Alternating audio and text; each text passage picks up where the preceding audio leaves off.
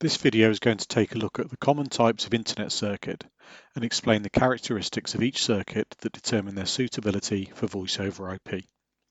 So what actually is the challenge for VoIP?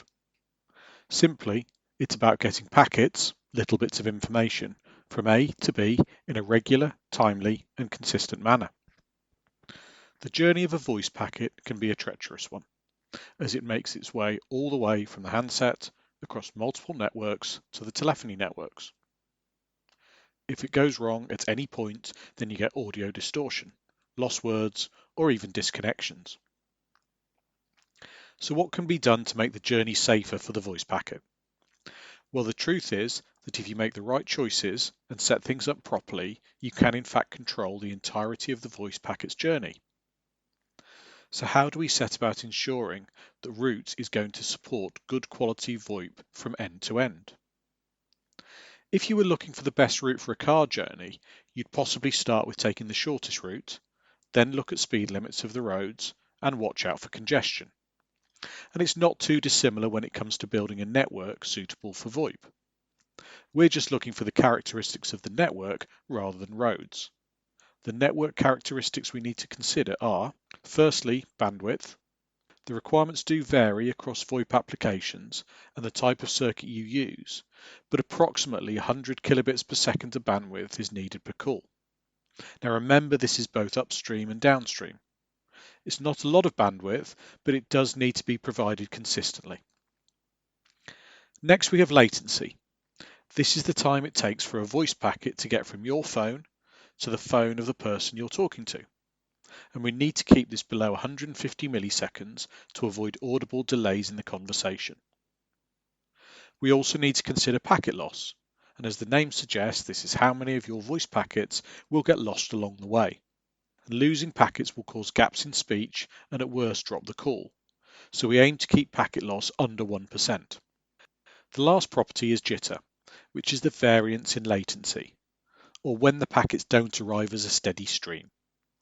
Now, obviously, we need to make sure all of the packets arrive in the right order, or the audio will become distorted. High jitter gives broken audio. Sometimes people say it sounds like you're scuba diving. So jitter needs to be maintained below 45 milliseconds. Today we're going to focus on the bit on the left-hand side of this picture, the access circuit. We'll look at the network characteristics of the most common circuits and their suitability for VoIP.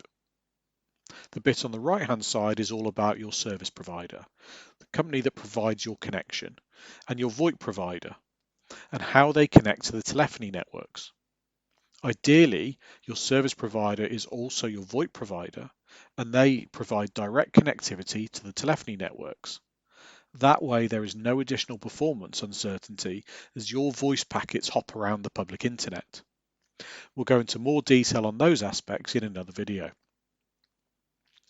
So when it comes to the circuit, it's about what measures are in place to protect the voice packets. But some circuits offer more protection than others, and some circuits don't offer any at all. So let's break these down.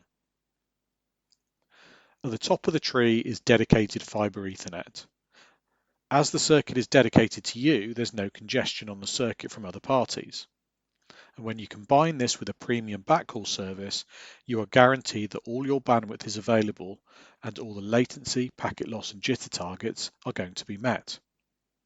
At Spitfire, we refer to this type of capability as voice approved. The only thing you need to watch out for is that you don't congest your own circuit with too much non-VoIP traffic. This is easily managed by adding a quality of service or QoS policy on your router, and importantly, for your service provider to do the same for downstream traffic. This will make sure that your voice packets have a clear path no matter how many people are streaming video or downloading large files. Do make sure that your service is defined for consistent performance, and this will be defined in your provider's service level agreement or SLA. There are fiber Ethernet services that do not provide the same level of performance guarantees and consequently can at times cause problems with VoIP. At the other end of the connectivity scale, you have broadband circuits such as fiber to the cabinet Fttc and fiber to the premise Fttp. These utilize shared access networks and congested broadband backhaul, so you are likely to get reduced bandwidth, increased packet loss, and higher latency at busy times. As such, you're unlikely to get SLA-backed performance that meets the standards needed for VoIP with a typical Fttc or Fttp circuit. On some Fttc and Fttp circuits, we can offer what we refer to as voice assistance. And this allows us to utilize some of the features of the backhaul network to configure various QoS mechanisms across a normal broadband circuit that give VoIP packets every possible chance of reaching the destination. There are limitations to what can be achieved, as broadband circuits by design offer very little support for QoS mechanisms across the access or backhaul networks. You can, for example, protect voice packets downstream, but in an upstream direction, the QoS mechanisms have no effect until the packets have passed through the majority of the network. However, since the downstream direction is the direction that becomes congested, while the upstream has little to no congestion, these measures will be adequate for many. With the limitations this service has, service levels cannot be guaranteed or SLA backed, but will be typically suitable for most cost-sensitive small businesses where reliable VoIP is important but may not be business critical. The last type of circuits are Fttc and Fttp Ethernet, and these combine the low cost of the broadband access infrastructure with the performance of an Ethernet level backhaul network, so a bit of a best of both worlds. The Ethernet backhaul provides the ability to provide SLA-backed QoS mechanisms on all or a proportion of the contracted bandwidth. These circuits do require careful router and ISP configuration, but will provide the best value Ethernet connectivity, ideal for small to medium businesses where VoIP is critical or other applications are in use that require consistent performance. As these circuits start at only a little more than a normal broadband circuit, they're an extremely popular choice for SMEs using VoIP. So a very quick summary. Broadband, generally unsuitable for VoIP. Voice-assisted broadband can be suitable for non-critical VoIP, but probably not best used for critical applications as it doesn't benefit from performance SLAs. Fttc and Fttp Ethernet does give you the SLA-backed performance, so these are suitable for voice and we would class them as voice approved. And at the top of the tree we have dedicated fiber Ethernet.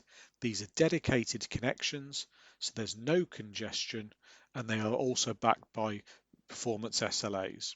Consequently, they're voice approved. Just to leave you with a point to remember, if you're looking for a circuit to support voice over IP, check the performance SLA. Without one, you are likely to be investing in a circuit that will cause voice quality issues at times. Thank you for your time today. Please get in touch or look at our other YouTube videos if you'd like to know any more about Spitfire services.